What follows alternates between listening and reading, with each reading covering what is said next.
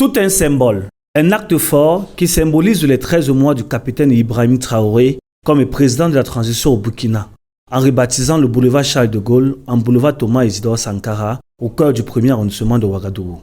Ceci à l'occasion du 36e anniversaire de son assassinat.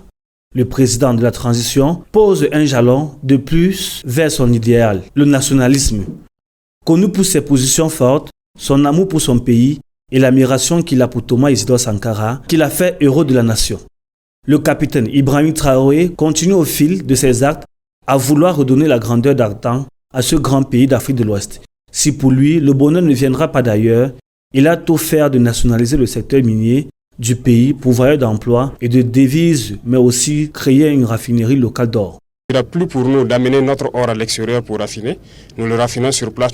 Beaucoup d'or sortent du Burkina Faso de façon frauduleuse et qui contribue d'ailleurs à alimenter le terrorisme. Donc nous invitons les orpailleurs, que ce soit les collecteurs ou autres, de ramener l'or vers la portion centrale. Un an après son accession au pouvoir, suite à un coup de force en septembre 2022, le capitaine Ibrahim Traoré, tel Sankara, a déjà fait parler de lui et c'est pas sa prise de parole lors du récent sommet Russie-Afrique qui fera un témoignage contraire. Les questions que mes générations se posent sont les suivantes, si je peux me résumer.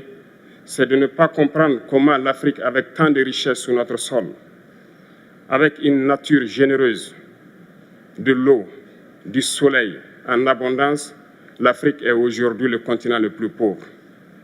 L'Afrique est un continent affamé. Et comment se fait-il que les chefs d'État traversent donc le monde à mendier?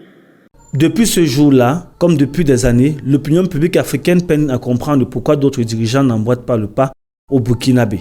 À se demander si la nationalisation de la pensée ou le développement ne concerne pas les dirigeants africains.